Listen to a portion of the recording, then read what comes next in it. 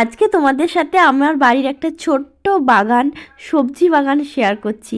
এখানে তো প্রথমে ওলকপির গাছ দেখলে, এখানে তারপরে আলু গাছ লাগিয়েছে বাবা, আলু চাষ হয়েছে, এখানে গাজর উঠেছে, অনেকগুলো গাজরের গাছ। তারপরে এখানে আছে মূলো শাক। তো কিছু কিছু মূলো আবার ধরেও গেছে নিচে, আর অনেকগুলো শাক যেগুলো ছোট ছোট দেখছো ওগুলো ধরেনি, ওগুলো শাক তুলে খেয়ে নিতে হবে। এখানে আছে লাল শাক, তারপরে আছে ধনে পাতার গাছ। বাবার খুব শখের বাগান, এটা সব কিছু একটু একটু করেই করেছে। এখানে আছে পালং শাক, যেটা হচ্ছে শীতকালে শাকেদের মধ্যে রাজা আর কি। আর এখানে আমি একটু শাক তুলতে এসেছিলাম, সেজন্য ভাবলাম তোমাদের সাথে শেয়ার করি। এখানে কয়েকটা আমি পালং শাক আর মূলো শাক তুলে নিয়ে যাব ভাজা খাওয়ার জন্য। আর এই দুটো শাকের ভাজা কিন্তু একসাথে করলে বেশ ভালো লাগে।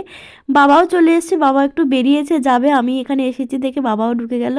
বাবার খুব শখের বাগান এটা, আমাকে একটু শাক তুলতে হেল্প করলো। দেখেছো মূলো ধরে গেছে, আর এখানে টমেটো গাছও আছে কিন্তু।